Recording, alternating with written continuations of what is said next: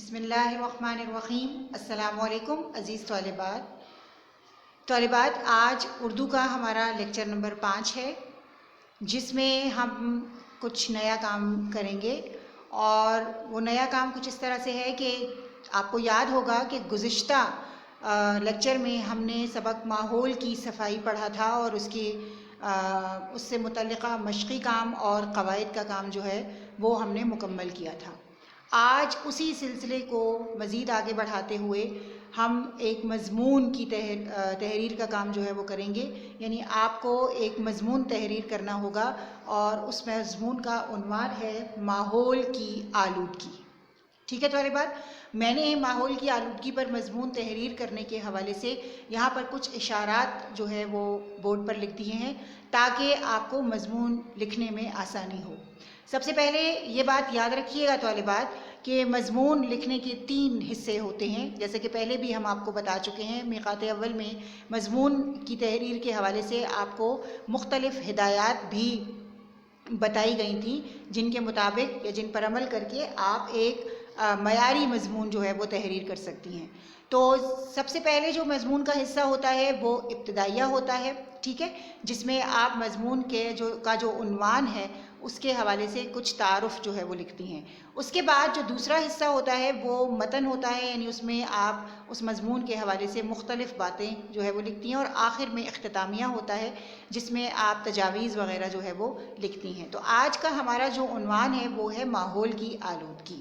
تو ماحول کی آلودگی کا مضمون لکھنے کے لیے سب سے پہلے آپ کو کیا بتانا ہوگا؟ آپ کو یہ بتانا ہوگا کہ ماحول دراصل ہے کیا۔ تو یہ آپ پڑھ چکی ہیں اپنے سبق میں کہ ماحول جو ہے وہ ہمارا ارد گرد ہوتا ہے، ٹھیک ہے۔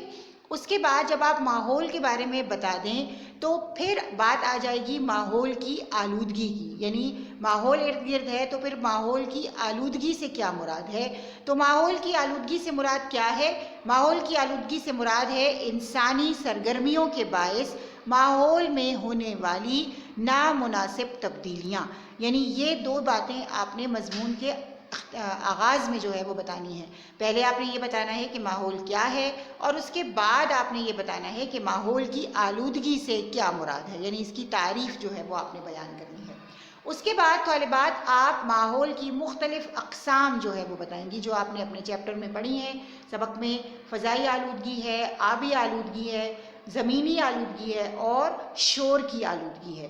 تو آپ ایک ایک کر کے تمام جو اس کی اقسام ہیں ان کو آپ نے ان کی وضاحت مختصر انداز میں کرنی ہے، اور ان کے اسباب بیان کرنے ہیں کہ کس وجہ سے یہ پیدا ہوتی ہیں، اور اس کے بعد پھر ان سے پیدا ہونے ان کے اثرات، پہلے اسباب یعنی ان کی وجوہات کہ کس وجہ سے وہ پیدا ہوتی ہیں، اور پھر ان کی وجہ سے کیا اثرات مرتب ہوتے ہیں ہم انسانوں پر یا دیگر مخلوقات پر، اس کو آپ نے بتانا ہے۔ تو باری باری آپ ان تمام آلودگیوں کا جو ہے وہ ذکر اپنے 2nd پیراگراف میں جو ہے وہ کریں گی۔ تو اس طرح سے یہ آپ کا پورا مضمون جو ہے وہ اس کا متن جو ہے وہ مکمل ہوگا، اور اس کے بعد آخر میں آپ نے جو ہے اس مضمون کے حوالے سے یعنی اس عنوان کے حوالے سے جو ہے وہ تجاویز پیش کرنی ہے کہ کس طریقے سے ہم ان تمام آلودگیوں پر قابو پا سکتے ہیں۔ تو اس طرح ان تمام ہدایات پر ان تمام نکات کو جوڑتے ہوئے اور ان کے سلسلے کو ایک دوسرے کے ساتھ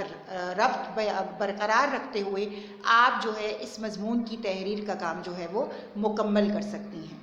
ٹھیک ہے طالبات، امید ہے کہ مضمون کی تحریر کے حوالے سے آپ کو یہ تمام باتیں جو میں نے ابھی آپ کو بورڈ پر سمجھائی ہیں یہ آپ کی سمجھ میں آ گئی ہیں، اور اب آپ یقیناً اس قابل ہو جائیں گی کہ آپ ایک معیاری اور بہترین مضمون جو ہے وہ تحریر کر سکیں۔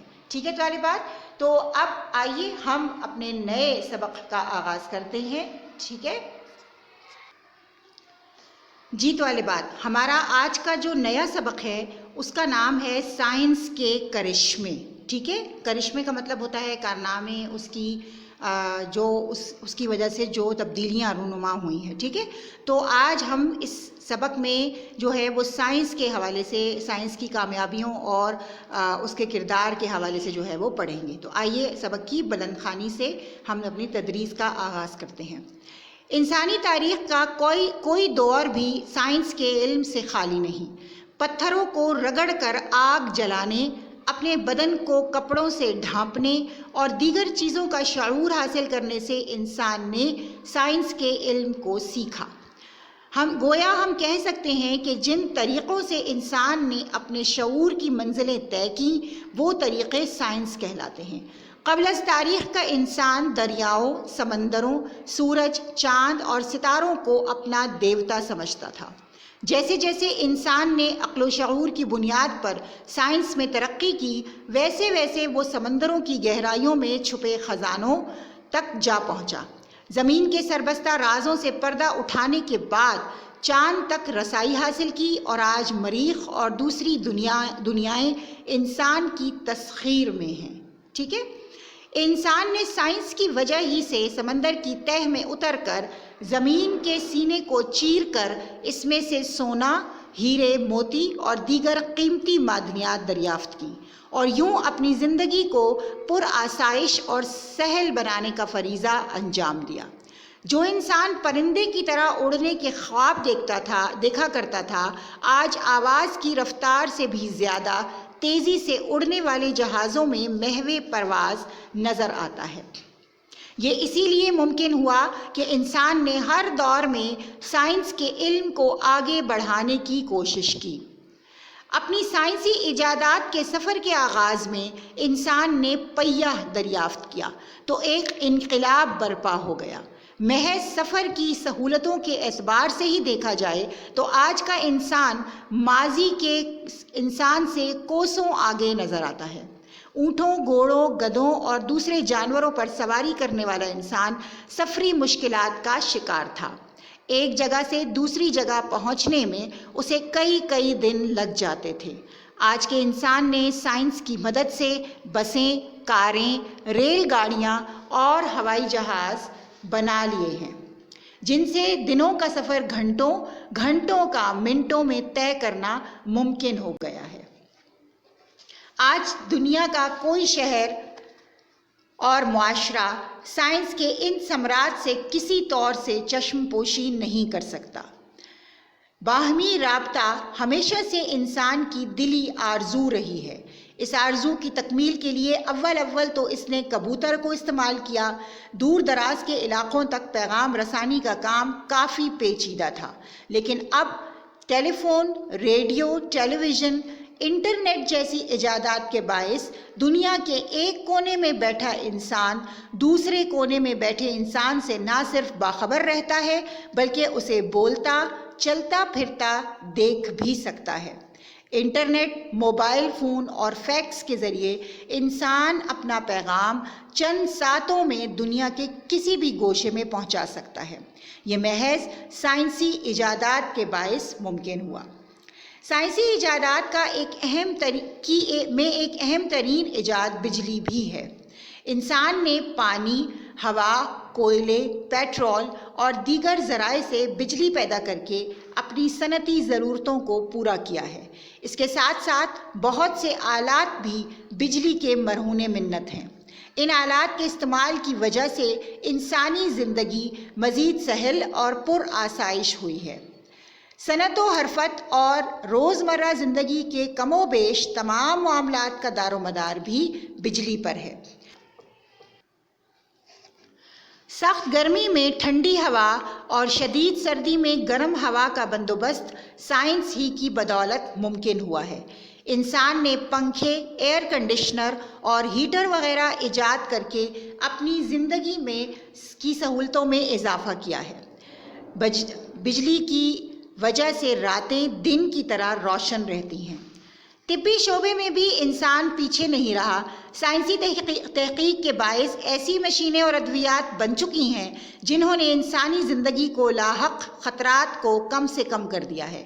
وبائی امراض اب ماضی کا قصہ بن چکے ہیں۔ ان سائنسی ایجادات کی بدولت آج انسانوں کے جسم کے کسی بھی حصے کا بڑی آسانی کے ساتھ آپریشن کے ذریعے علاج کیا جا سکتا ہے۔ مصنوعی دل تک بن چکے ہیں۔ Radio therapy, x raise, ultra sound, MRI اور دیگر متعدد چیزوں نے کینسر اور TB جیسے امراض کی تشخیص اور ان پر قابو پانے میں کافی مدد دی ہے۔ گویا ہم کہہ سکتے ہیں کہ سائنس انسانی زندگی بچانے کا باعث بنی ہے۔ کھیتی باڑی اور زراعت انسان کے قدیم ترین پیشوں میں سے ہیں۔ انسان نے اس میدان میں بھی بیش بہا ترقی کی ہے۔ سائنسی ایجادات نے انسانی زندگی کو بہت زیادہ متاثر کیا ہے۔ انسانی زندگی کا کوئی پہلو ایسا نہیں جو سائنس کے اثرات سے محروم ہو۔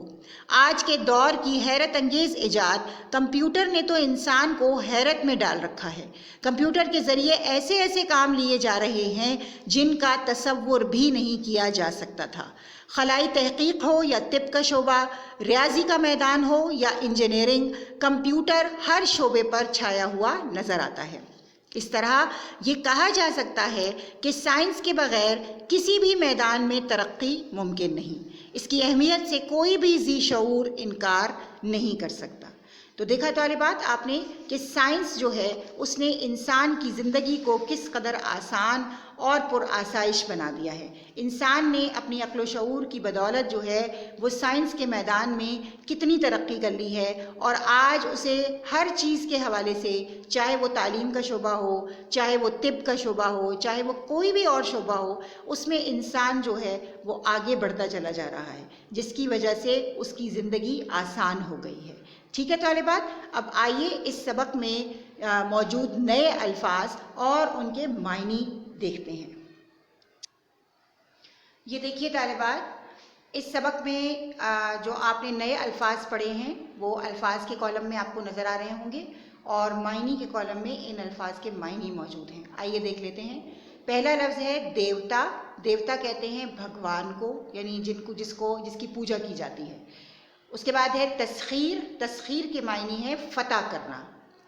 سہل، سہل کا مطلب ہے آسان۔ سربستہ، چھپا ہوا۔ پر آسائش، آرام دہ، ٹھیک ہے۔ پیچیدہ، الجھا ہوا۔ آلات، اوزار، آلہ کی جمع ہے یہ آلات، جس کا مطلب ہے اوزار۔ اس کے بعد ہے امراض، مرض کی جمع ہے جس کا مطلب ہے بیماریاں۔ محو پرواز، پرواز میں مصروف۔ وبائی، پھیلنے والی، یعنی وہ جو ایک سے دوسرے کو لگ جاتی ہے۔ ثمرات، ثمر کی جمع ہے جس کا مطلب ہے پھل یا تحفہ۔ ذی شعور، سمجھدار، ہوشیار۔ بیش بہا، قیمتی۔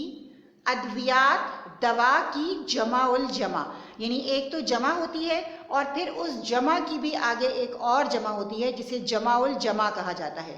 تو دوا کی جمع جو ہے وہ ادویہ ہے، اور پھر اس کی جمع الجمع جو ہے وہ کیا ہے؟ ادویات ہے۔ ٹھیک ہے طالبات، امید ہے کہ آپ کو یہ الفاظ معنی اچھے سے سمجھ میں آ گئے ہوں گے۔ اب انشاءاللہ جیسے ہی آپ کو PDF موصول ہوگی تو آپ اس میں سے جو ہے وہ یہ الفاظ معنی دیکھ کر آپ نے کرنے ہیں، لیکن اس سے پہلے سبق کا سر ورق بنانا جو ہے وہ نہ بھولیے گا۔ اور آپ نے کیا کرنا ہے، جو ابھی ہم نے مضمون کا کام کیا، اس مضمون کو آپ نے جو قواعد کی آپ کی کاپی ہے اس کے حصہ انشاء میں جو ہے وہ آپ نے کرنا ہے۔ آپ کو یاد ہے نا کہ نقاط اول میں ہم نے حصہ انشاء اور حصہ قواعد 2 پورشنز جو ہے وہ قواعد کی کاپی میں بنائے تھے۔ تو اگر تو آپ کے پاس وہی پرانی کاپی ہے تو آپ اس کے حصہ انشاء میں کر لیجئے، اور اگر نئی کاپی ہے تو اس میں انشاء کا حصہ جو ہے اس کی پورشننگ جو ہے وہ آپ کر کے، اور پھر اس مضمون کو آپ نے وہاں پر تحریر کرنا ہے۔ ٹھیک ہے طالبات، اور یہ الفاظ معنی جو ہے یہ آپ نے نثر کی کاپی میں پہلے سر ورق بنانا ہے سائنس کے کرشمے کا، اور پھر اس کے بعد آپ نے اگلے صفحے کے اوپر یہ الفاظ معنی کا کام جو ہے وہ آپ نے کر لینا ہے۔ ٹھیک ہے طالبات، تو اس کے ساتھ ہی ہماری آج کی کلاس کا ٹائم جو ہے وہ ختم ہوتا ہے۔ اپنی معلمہ کو اجازت دیجیے۔